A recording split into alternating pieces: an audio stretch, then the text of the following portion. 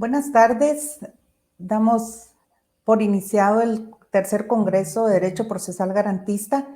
Agradecemos a los más de 2,300 inscritos participantes a nuestro tercer Congreso, el cual no les vamos a defraudar, ya que contamos con, como bien lo ha dicho el señor presidente del instituto, con conferencistas internacionales y nacionales de renombre y de mucha experiencia en el derecho procesal garantista. Tenemos la participación del primer conferencista y es un gran honor presentar al doctor Hugo Boto Oakley, jurista chileno, doctor en Derecho y magíster en Derecho Procesal por la Universidad Nacional de Rosario, expresidente del Instituto Panamericano de Derecho Procesal, docente universitario, autor de artículos de derecho procesal y el libro muy importante para la doctrina del derecho procesal, La inconstitucionalidad de las medidas para mejor resolver y la congruencia procesal. Miembro de la Asociación Mundial de Abogados de Derecho de Seguros, AIDA, sección chilena, desde 1996. También es miembro del Instituto Iberoamericano de Derecho Marítimo desde 1997. Miembro del Instituto Panamericano de Derecho Procesal desde el año 2001. Es miembro fundador de la Academia Latinoamericana de Derecho Procesal desde el año 2000. Es abogado integrante del cuerpo de árbitros del Centro Chileno de Arbitrajes de Seguros y Reaseguros dependientes de la Asociación Internacional de Derechos de Seguros, sección chilena, AIDA, Chile, desde el año 2000. Es miembro honorario del Instituto Joloba de Argentina desde el año 2002. Miembro honorario del Centro de Estudios Procesales de Córdoba, Argentina, desde el año 2002. Doctor Hugo Boto, bienvenido y muchas gracias por todo el apoyo para que este tercer congreso tenga realce. Lo dejo en el uso de la palabra. Muchas gracias a todos, muchas gracias por su presentación, estimada Alba Lorena. Es para mí un honor poder participar en este encuentro académico, en este congreso. Y sí quiero partir con una aclaración, en realidad, de toda la amable presentación que usted me ha hecho. Lo cierto es que lo único verdaderamente valioso, creo yo, es mi nombre y que soy un buen amigo del Instituto Guatemalteco de Derecho Procesal Garantista. A partir de la amistad que desarrollé con Mauro Chacón, mi gran querido hermano, con el cual desarrollamos nuestro estudio de maestría hace ya 20, 21 años atrás en Rosario, en Argentina, y a partir de ahí creamos una gran amistad que, aunque él no esté en este mundo, igual se mantiene. El cariño, el afecto por él, por su familia, se mantiene inalterable. Bueno, como corresponde, parto con agradecer al instituto, por cierto, por esta invitación. Más aún con una total y absoluta alegría de poder hacerlo en el marco de un homenaje también a otro querido amigo como es Víctor Manuel Bedoya, el doctor Bedoya, con quien también me une una larga trayectoria en distintos eventos académicos, congresos, etc. Conozco su trayectoria, conozco su valía, conozco su ponderancia, sobre todo su aguda destreza en todo lo que dice relación con el ámbito procesal penal, que no es mi materia, pero siempre lo he escuchado con mucha atención, así que me alegro doblemente por esta participación mía con ocasión de este congreso y por el homenaje muy merecido, por cierto, a el doctor Bedoya. Agradezco al presidente del instituto, el doctor Eric Alfonso Álvarez Mancilla, a su vicepresidente, don Luis Cabrera Juárez, y por cierto a usted, Alba Lorena Alonso, que como secretaria, coordinadora, factotum y varios títulos más de este congreso, sin duda que me atrevo a decir que si no fuera por usted, la verdad es que este congreso probablemente no tendría la calidad que estoy absolutamente seguro que va a tener para todos. El tema sobre el cual quiero conversar con ustedes, menos del tiempo que me han concedido, porque en realidad soy un convencido que mientras uno más habla, menos aporta. Por lo tanto, desde hace ya varios años que estoy tratando de concentrar mis presentaciones porque me he dado cuenta a lo largo de los años que en realidad las presentaciones, mientras más concisas sean, mientras más precisas sean, mayores dudas provocan y por lo tanto mayores y mejores conclusiones se pueden sacar en el ámbito de los debates, de la discusión de las ideas y de los aportes que cada uno pueda, en definitiva, recibir de lo que escucha. Y para no pecar de ser demasiado breve, me tomé la libertad de enviarle el texto de mi tesis sobre la congruencia procesal que cursé en el programa de doctorado en la Universidad Nacional de Rosario, de modo tal de que cualquier participante que quiera tener el texto completo se lo puede pedir a Alba Lorena, ¿no es cierto? Y con eso por mail se lo puede hacer llegar con todo gusto. Y si a propósito de eso alguno quiere algún día mandarme algún comentario, en especial alguna crítica, se lo agradecería y le contestaré con todo gusto. No sé, Alba Lorena, si vamos a poder proyectar o no el PowerPoint que le mandé. Bueno, veremos ahí si es posible de proyectar. Lo primero que quiero comentar, porque este es un congreso en el ámbito de un congreso de derecho procesal garantista, me gustaría en breves minutos hacer una breve referencia a lo que se entiende por garantismo y a lo que se entiende por solidarismo o por activismo propiamente tal. Sobre todo para aquellos que no estén familiarizados con el origen de estas dos corrientes de pensamiento procesal, a fin de poder ilustrar, poder esclarecer, porque muchas veces no se toman en su real dimensión lo que significan unas posturas de otras y se tiende, a mi modo de ver, con algún grado de libertad incómoda y además incorrecta, a decir cosas de una u otra corriente de pensamiento que no son correctas, que no son auténticas, que no son las que en definitiva corresponden a una mirada objetiva en relación a lo que se postula en este ámbito. Por de pronto quiero partir con una premisa que yo creo que es absolutamente indiscutible en el ámbito del derecho procesal civil, que es donde voy a hablar y concentrarme. No es que no aplique esto al derecho procesal penal, pero lo mío está en el ámbito fundamentalmente del derecho procesal civil. Y lo primero que quiero decir es que a mí personalmente no me cabe ninguna duda, absolutamente ninguna duda, de que no hay procesalista civil alguno, que yo conozca al menos en lo que he leído y en lo que he escuchado, en lo que he participado, en lo que he debatido, que no esté absoluta y totalmente de acuerdo que el fin último y principal de todo proceso y de todo sistema de administración de justicia es, valga la redundancia, la justicia.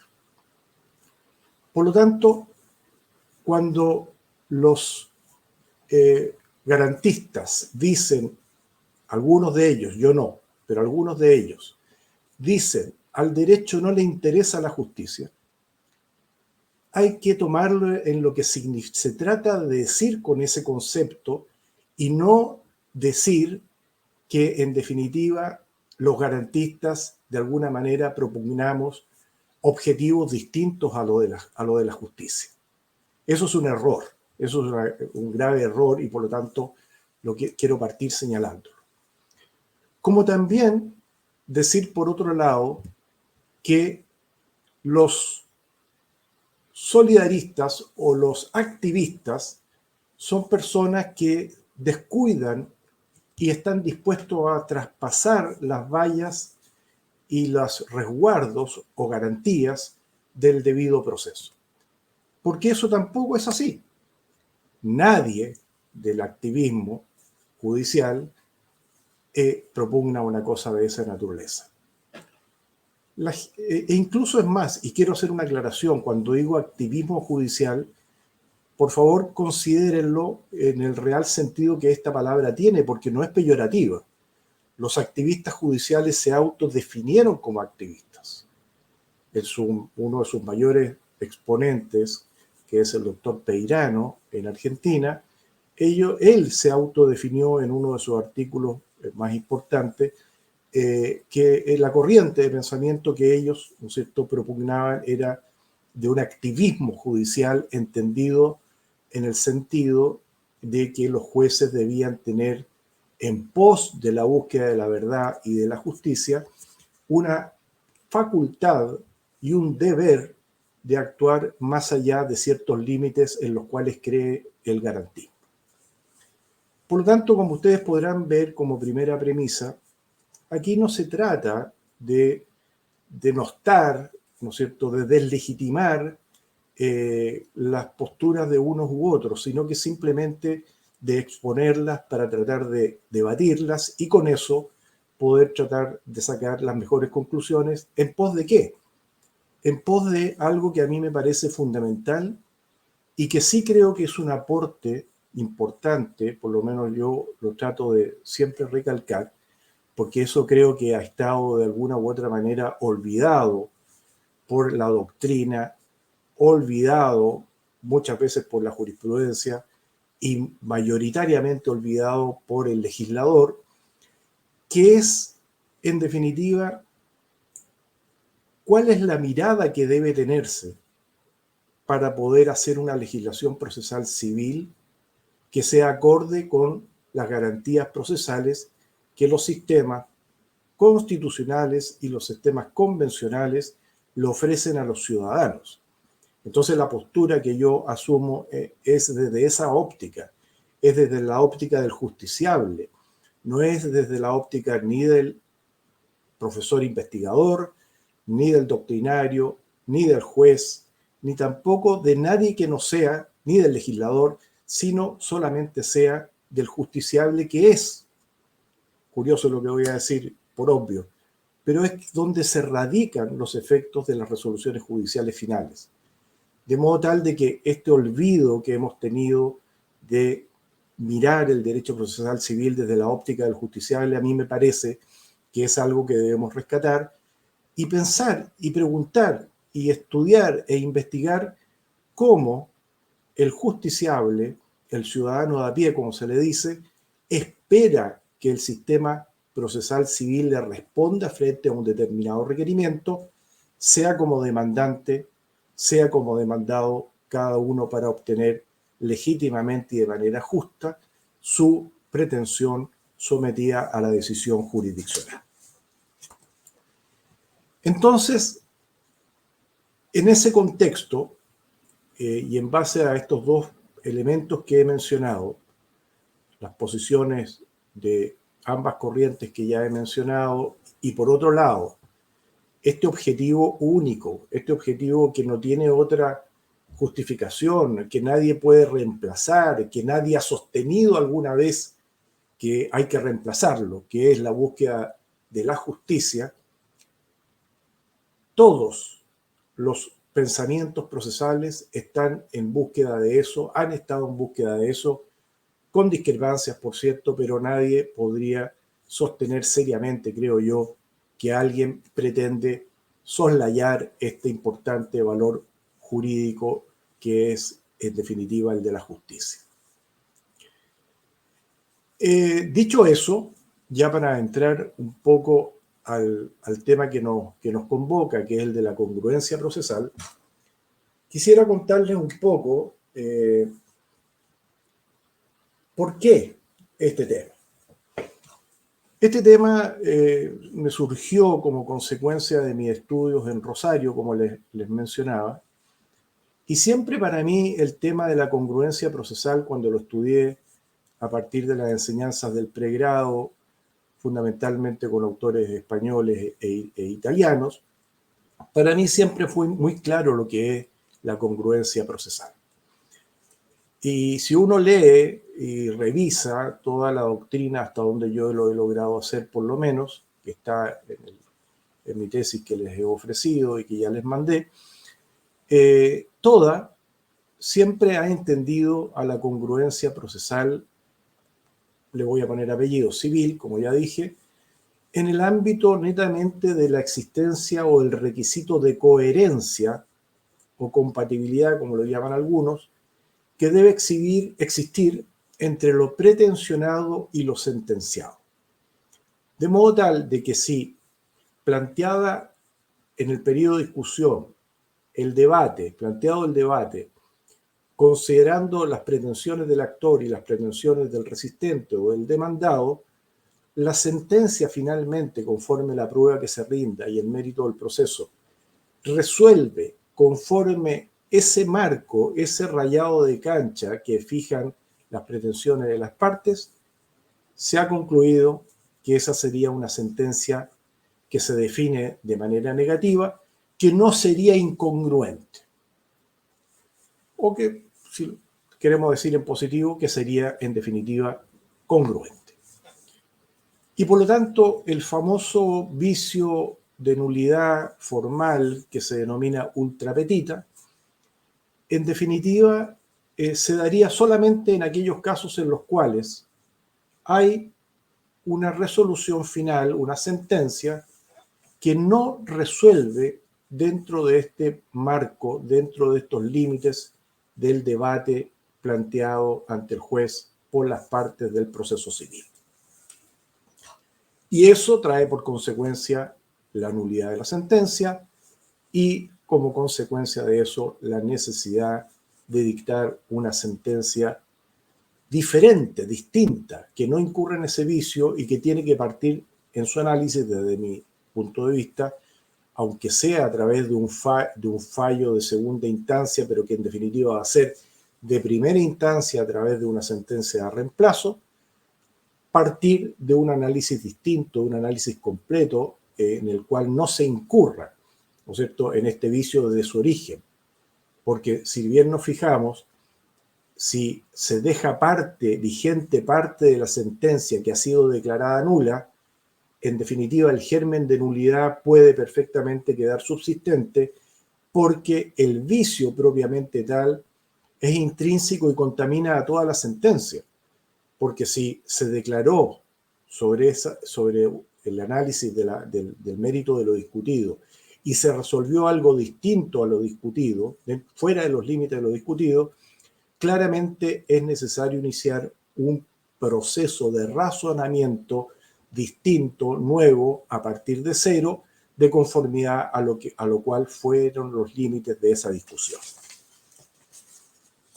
Dicho esto, avanzando en mis estudios sobre la materia, me encontré con lo que ustedes supongo pueden ya ver en pantalla, cuál es el origen del brocárdico romano sobre la congruencia procesal, que está ahí obviamente en latín, que yo no se las voy a leer en latín porque no lo sé, pero sí lo que dice la traducción es que la sentencia debe ser conforme el libelo en sentido plural, libelo tanto del demandante como del demandado. Tanto lo que se juzga ultra, extra o citra petita partium. Tanto lo alegado como lo sentenciado. El juez debe adjudicar según, dice, las alegaciones y pruebas de las partes. Cuando uno ve los autores, normalmente esta última parte, que quiero destacárselos desde ya, et probatam partium, no está citada. La gran mayoría de los autores que yo estudié, por lo menos, no lo citan y llegan con la cita propiamente tal, llegan a la secundum allegatam de las partes. Y yo no encontré en mi investigación la razón de por qué era así. Yo simplemente especulo en mi conclusión, y por lo tanto no tiene más valor que eso, de que esto se tradujo de esa manera, de manera cercenada en muchos autores, sobre todo de origen español, porque si quedaba la última parte, esto et probata partium, es decir, prueba de las partes o probada por las partes, se caía el sistema procesal civil en lo que dice relación con la llamada prueba de oficio, que está en definitiva consagrado en los códigos del siglo XIX a través de las llamadas medidas para mejor proveer o medidas para mejor resolver. Y claro, porque si la congruencia procesal exige que en definitiva la prueba deba ser de parte y no puede ser del juez, obviamente ahí se iba a producir una evidente incongruencia con esta institución inquisitiva que establece la facultad por parte del juez de decretar prueba de oficio, finalmente. En ese contexto, quisiera hacer una explicación. Cuando uno entra a analizar este tema de la prueba de oficio, nota mucha resistencia acerca de la corriente que no está de acuerdo con esto, de la corriente derechamente, de la corriente publicista o de la corriente activista, del activismo judicial. Y uno de los argumentos más brutales que yo he escuchado, incluso dicho en Congreso y también por escrito, hubo un autor al cual yo quiero mucho y respeto, pero que nos trató de adláteres, ¿no es cierto?, de mi maestro Adolfo Alvarado con estas posturas, nos dicen que ustedes desconfían de los jueces. Ese es el argumento más fuerte que yo he escuchado, ¿no es cierto?, por parte del activismo criticando esta postura que yo suscribo. Y claro, es fuerte que a uno le digan que uno desconfía de los jueces, pero si analizamos qué significa desconfiar de los jueces, yo creo que eso es un argumento bastante poco fuerte, bastante poco sustentable, porque por dos tipos de razones. En primer lugar, yo podría decir, la verdad es que nosotros, y yo personalmente no desconfío de los jueces, por el contrario. Tengo la mejor de las opiniones de los jueces, creo que hacen una labor insuperable junto a los doctores y a los maestros de primaria. Los jueces están en una de las tareas más nobles que se puede desempeñar como profesionalmente hablando por un ser humano. Yo tuve el inmerecido privilegio de ser abogado integrante de una corte de apelaciones en Valparaíso, que es la región donde yo vivo, y pude percibir durante 2 años cómo se trabaja por parte de los jueces para intentar, en definitiva, hacer justicia. Por lo tanto, ese argumento, por lo menos a mí, como decimos en Chile, perdonen la expresión, ese argumento a mí me refala. No, la verdad es que no lo puedo considerar seriamente. El segundo aspecto que hay que tener en consideración, creo yo, es si ya desde un punto de vista de metodología legislativa para la aplicación de un sistema de enjuiciamiento para resolver conflictos jurídicos, podemos sustentar un sistema en base a la confianza que se tengan los jueces. Y yo creo que no.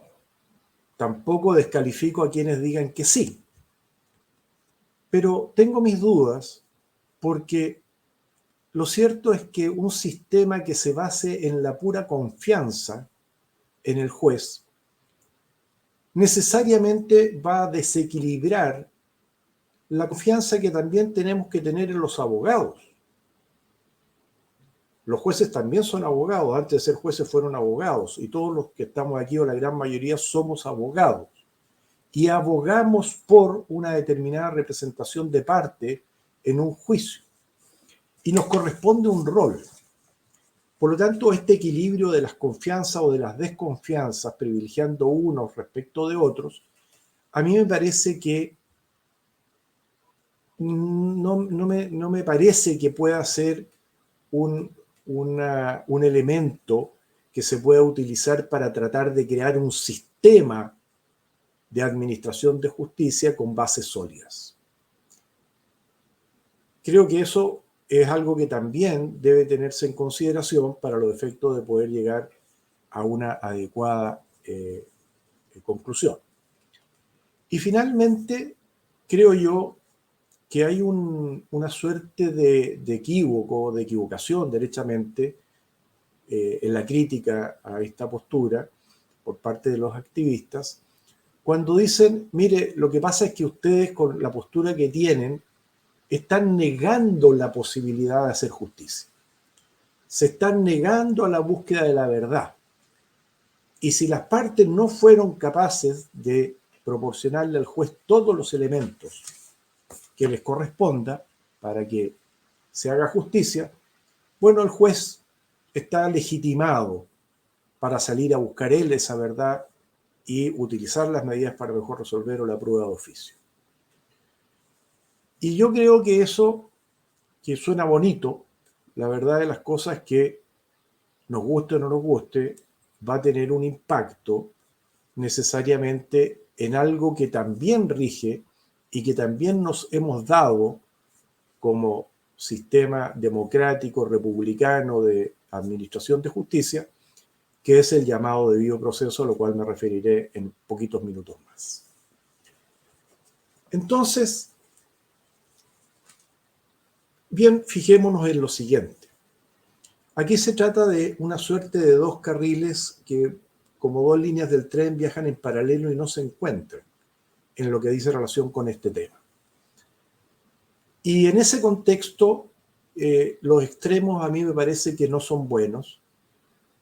Creo que además hay connotados importantes y muy superiores a mí, por cierto, catedráticos que sostienen la tesis contraria, pero que merecen sus ideas, no las personas, por cierto, siempre sus ideas, merecen una revisión y merecen un debate, para que cada uno obviamente pueda sacar sus propias conclusiones. Escuchaba hace muy poco tiempo atrás a un importantísimo catedrático español en que decía, mire, ya ni siquiera son necesarias las cargas de la prueba. Hay que eliminar las cargas de la prueba del proceso civil. Y hay que eliminarlas porque no son necesarias, ya que el juez tiene que, en definitiva, tomar la decisión que quiera con plena y absoluta libertad. Y la razón que daba para eso es que se creó la carga de la prueba, yo creo que no es así, pero no voy a entrar en ese tema ahora, se creó para la carga de la prueba precisamente para que existiera la posibilidad de que se pusiera de cargo de la parte que tiene esa carga de probar los hechos, los supuestos de hecho a través de los medios de prueba de que la ley exige. Entonces, si no hay carga de la prueba, entonces el juez va a quedar en absoluta libertad en fallar a quien, en definitiva, estime le asiste la razón y le entregue la razón a esa parte. Y aquí viene lo grave, y esto es casi textual, y esto está grabado, así que también se lo puedo mandar en algún minuto. Dice, es que antiguamente de lo que se trataba era de que las partes, en definitiva, aprobaran sus pretensiones. Y ahora, lo que corresponde es que las partes aporten al proceso toda la prueba. porque ahora de lo que se trata es de que la parte pruebe lo que le puede convenir también a la contraparte. No se asusten, no me he vuelto loco. Eso es lo que dice. Y eso a mí me parece que ya como que se extralimita de un análisis que se escape o que se escapa derechamente de los límites del debido proceso, por lo que voy a decir a continuación. Porque obviamente si yo soy abogado y lo soy, ya hace casi 40 años ejerciendo esta profesión y en este ámbito, si yo le dijera a un cliente, mire, ¿sabe qué? Voy a acompañar la prueba que va a favorecer a la contraparte. En primer lugar, no tendría cliente. Eso es obvio, no sé, tendría que dedicarme a otra cosa. Pero además yo creo que uno comete prevaricación. Uno cometería prevaricación de hacer algo de esa naturaleza. Distinto es si la contraparte, en el sistema americano está el discovery, como ustedes muy bien saben, pero en los procesos nuestros, si la contraparte me pide la exhibición de determinados documentos, obviamente que esos documentos yo los tengo que poner a disposición, a requerimiento de mi contraparte, pero no tengo por qué entrar a entregar y a aportar una prueba que va a ser favorable para la contraparte. ¿Y por qué digo que esto cae en los límites, ya para ir entrando al tema que nos interesa, al tema del debido proceso? Porque, nos guste o no, tenemos un artículo 8º del Pacto de San José, del cual somos todos hijos y por lo tanto estamos obligados a cumplirlo, que establece en su numeral 1 que la garantía procesal, la garantía judicial en el texto del pacto, de un juez independiente, competente e imparcial, lo es no solamente para los juicios penales. El mismo número 1 en su parte final lo dice, y también para cualquier otro juicio de cualquier carácter o carácter, usa la palabra, sinónimo de naturaleza. Incluso da algunos ejemplos. Dice fiscal, familiar, si mal no recuerdo, o laboral, y otros. Es decir, la garantía del juez imparcial es para todo tipo de proceso y no solamente para los procesos de orden penal. Y en ese contexto, entonces la pregunta que viene a continuación es la siguiente. Es si con la prueba de oficio, con las medidas para mejor resolver, esos límites del debido proceso, esa garantía del juez imparcial, se rompe o no se rompe. Yo creo que sí se rompe porque obviamente de buena intención, yo no estoy hablando nada que sea malintencionado o con propósitos oscuros por parte de un juez en orden a favorecer una de las partes porque tenga interés. Eso también es prevaricación y tendrá que ser sancionado por la vía que corresponda. Aquí estamos hablando desde el punto de vista objetivo, si se rompe ese principio de imparcialidad cuando, faltando prueba, el juez sale a buscarla para completar la labor probatoria, subsidiar en definitiva la prueba que debió aportar la parte y que no aportó. Veremos entonces a continuación, para ya caer sí en el tema de la congruencia, en lo siguiente. Jaime Wasp, el famoso jurista, habla de una incongruencia positiva, en primer lugar, que dice que se da cuando se concede en la sentencia o se niega lo que nadie ha pedido, dado o rechazando, más cuantitativa o cualitativamente de lo que se reclama. Esa es la que él denomina, es una incongruencia positiva. También identifica una incongruencia negativa, que dice que es aquella en la cual la sentencia omite decidir sobre alguna de las pretensiones procesales. E identifica una mixta que señala que concurre cuando hay una combinación de la positiva y la negativa, esto es cuando las sentencias fallan sobre objetivos diferentes al pretendido.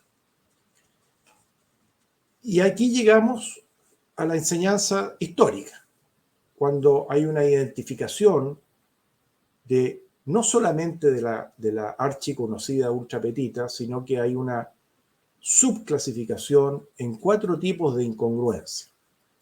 La llamada incongruencia por ultra petita, que en términos simples, esto tiene varias complejidades y dependiendo de los autores se van proporcionando una serie de otros elementos, subclasificando, etcétera, pero en términos muy, muy simples, digamos que es en aquellos casos en los cuales se da más de lo pedido, la ultra petita. La extra petita, en términos generales, hay autores que también piensan de manera distinta, pero en términos generales se da en aquellos casos en los cuales la sentencia falla fuera de lo pedido. La infrapetita, cuando se da menos de lo pedido, correspondiendo a dar lo que se demandó.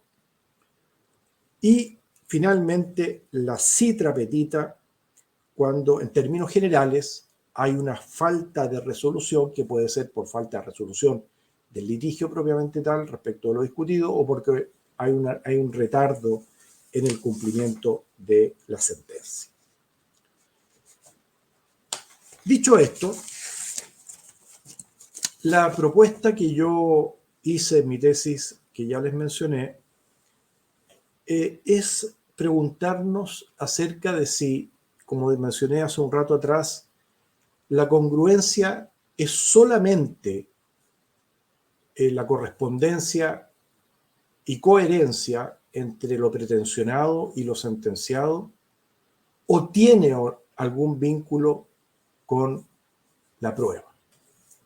Y claro, si vemos el antecedente histórico que tiene en su brocárdico y probada por las partes, pareciera que algún significado a eso se le puede dar. Pero vamos más allá.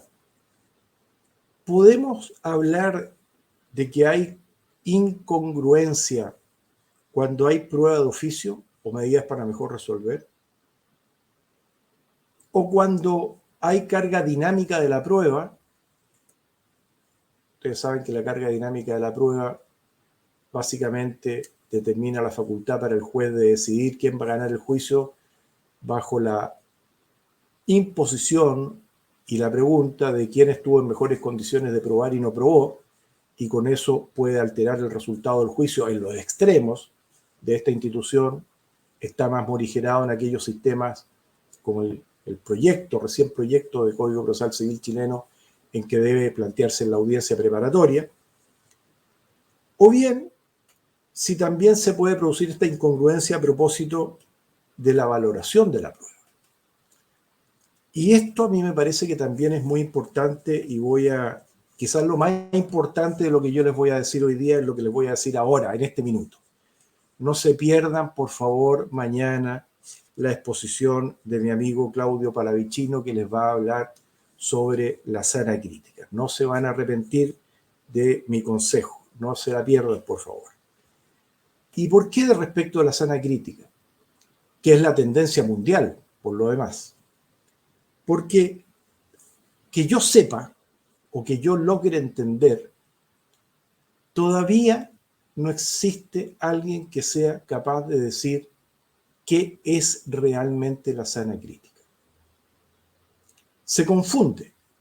Se dice la sana crítica es la sentencia aquella que respeta los principios de la lógica, las máximas de la experiencia, los principios científicamente afianzados. Otros textos legales dicen es aquella que no contradice. Otros dicen es aquella que se dicta de conformidad a. Y yo sigo sin entender qué es entonces la sana crítica. No porque no entienda las diferencias que hay entre lo que acabo de decir, sino que porque no está descrito cómo debe razonarse para respetar los límites de la sana crítica. Y si no está descrito eso, y solamente la exigencia es de fundamentación, entonces quiere decir que estamos entregando la decisión finalmente a través de la sana crítica a un absoluto decisión de criterio del juez, saltándose incluso la posibilidad dándole incluso la posibilidad de saltarse la norma legal. Claro, todos me van a decir, no, es que eso es una exageración, porque en definitiva, si hay una norma legal, la sana crítica también dice que debe respetarse, ¿no es cierto?, la norma legal. Sí, está bien, pero ¿eso obliga al juez? Porque si yo como abogado tengo que decirle a mi cliente, a aquel en el cual se van a radicar los efectos del juicio, mire, confiemos en que el juez, ¿no es cierto?, va a aplicar el criterio de esta manera y resulta de que después lo aplica de una manera distinta porque tiene esa libertad, quiere decir que yo defraudé a mi cliente, le dije algo que en definitiva no correspondía. Porque si hay alguien que no va a entender en definitiva, va a ser el justiciable que, teniendo un abogado en el cual ha confiado, en que además le ha pagado sus honorarios para que lo defienda exitosamente en un juicio, va a encontrarse el día de mañana con una sentencia que él no logre entender y menos su abogado explicar razonablemente, salvo sobre la base de decirle, mire, es que lamentablemente el juez en el caso particular suyo, en definitiva, no hizo lo que yo pensé que debía hacer. Y eso no me parece que esté bien, que sea razonable desde el punto de vista del justiciable. Yo creo que estoy en la hora, no quiero abusar sobre todo el tiempo de quienes continúan. Yo dejo también mi presentación del PowerPoint aparte, donde vienen las conclusiones.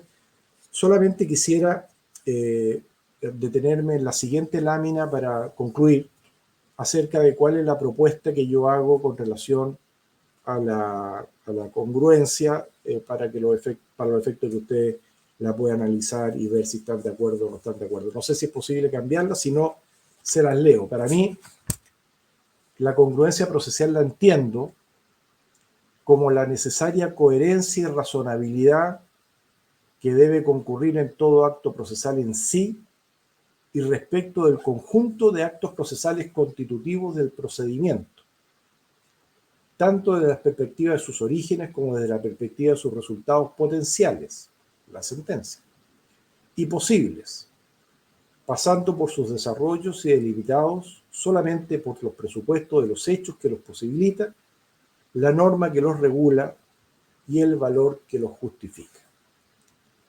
Y esto nos permite, entonces, entender que la congruencia no es solamente, creo yo, se puede entender, no es solamente esa coherencia entre lo pretensionado y lo sentenciado, sino que es algo mucho más allá que engloba todo el íter, en definitiva, procesal, incluso en su etapa prejudicial, donde evidentemente la coherencia de la postura procesal de cada una de las partes debe mantenerse en el tiempo. Y esto que se ha transportado, en definitiva, de la teoría de los actos propios que viene del derecho civil y que hoy día ya hay consenso, que al igual que la confianza legítima del derecho administrativo, también se aplica en materia procesal, la buena fe del derecho civil también en materia procesal. A mí me parece que la congruencia sobre esa base también exige que entre todos los actos procesales de parte tenga que existir la debida coherencia, de modo tal de que yo no puedo, en definitiva, apelar un recurso sobre la base de un mérito probatorio en el cual no hay correspondencia con lo que yo estoy diciendo. De modo tal de que mi periodo de discusión tiene que ser coherente con la prueba, ¿no es cierto?, yo la tengo que necesariamente rendir en base al periodo de discusión y los hechos que se hayan recibido a prueba. Y finalmente, en la parte recursiva ordinaria y extraordinaria, no puedo cambiar lo que hoy día llaman los procesalistas penales la teoría del caso, planteando nuevas alternativas, ¿no es cierto?, etcétera. Esto tiene una connotación realmente importante, creo yo, porque, vuelvo a decir, cualquier vicio de incongruencia, para mi gusto, anula toda la sentencia. Y no es menor tenerlo claro, porque si bien nos fijamos esto en todas las legislaciones procedimentales latinoamericanas que yo conozco por lo menos, que son, deben ser, no sé si todas, pero un buen número, todas tienen también lo que se denomina y se regula normalmente a través de los incidentes, que son los famosos hechos nuevos durante el desarrollo del proceso, y que da lugar a otra institución que es muy interesante. Yo estoy terminando un artículo sobre eso, que es la institución del Jus Superveniens, que lo dejaremos para otra oportunidad, y así los dejo tentados para que, si no se han aburrido mucho, yo los pueda volver a visitar el próximo año. Espero que esta vez sí en persona, si Dios lo quiere, y podamos estar juntos en un congreso próximo. Les mando un fuerte abrazo y muchas gracias.